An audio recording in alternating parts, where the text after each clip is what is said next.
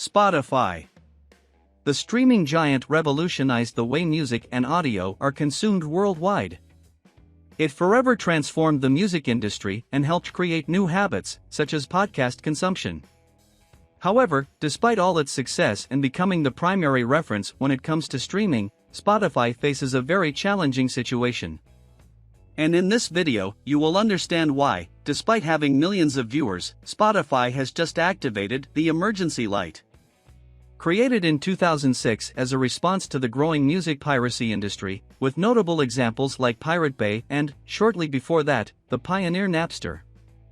Spotify was born from the merger of technologies that allowed anyone with internet access to have access to a vast music catalog anytime, anywhere, initially for free, while artists from around the world fought against platforms that made music available in MP3 format. Spotify embraced the idea that if music was already being made available for free through piracy, it could be made available legally and for free through a single platform. This was because, in the founders' view, if music was already available for free through pirates, who often distributed low-quality audio or even the wrong songs, the product music no longer had a price and had become something perceived as free by the general public. After all, why pay when you can have the music for free?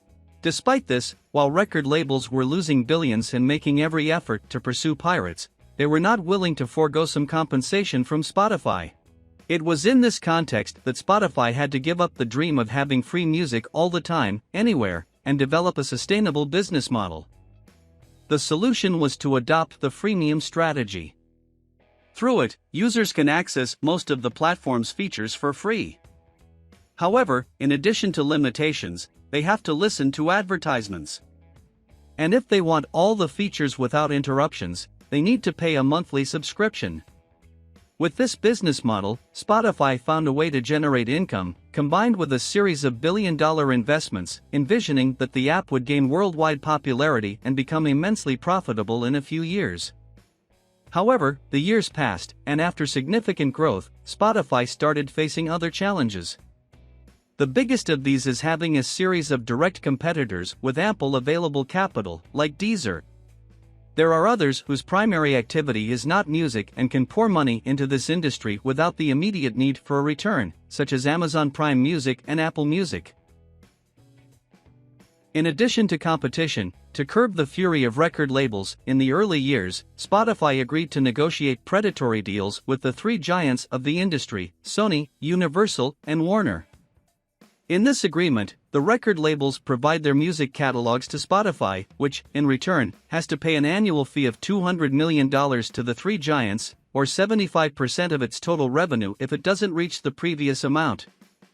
In other words, even after being widely challenged by piracy, the major record labels secured a shark-like deal with Spotify, which had to accept it or close its doors without the most well-known songs to play.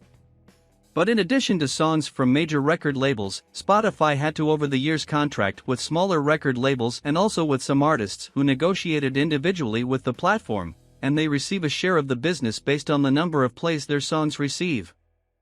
Furthermore, Spotify also enabled thousands of singers to put their songs on the platform for free and compensates these artists based on the number of plays.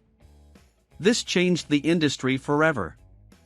The problem is that as new costs are added, the situation worsens for both Spotify and those involved. To give you an idea, since the beginning of 2023, Spotify pays an average of between 0.3 and 0.5 cents per play. However, this value can vary depending on the listener's location, much like what happens with social media monetization, for example. Still, the amount is considered meager by those who receive it.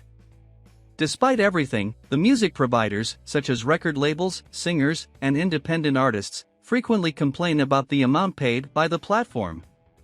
However, when you add up all the expenses that Spotify has with the artists, plus its recurring costs, the situation changes.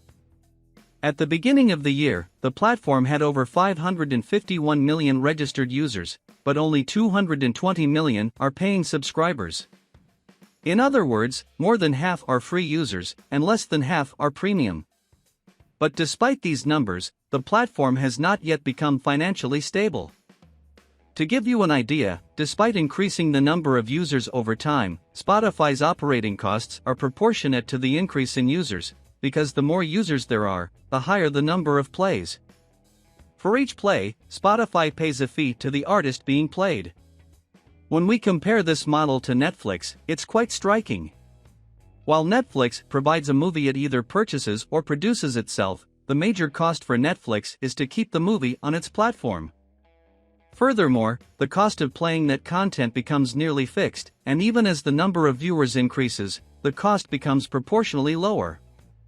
In the case of Spotify, it's different because the cost per play is incurred with each play and is not diluted with an increase in plays. To add to this, Netflix has invested heavily over time not only in having content from others but also in producing its own content, which Spotify does not officially have when it comes to music. In other words, in its current form, when it comes to music, Spotify always has to share the toy, so to speak. Because of this, from 2006 until 2019, Spotify did not turn a profit. In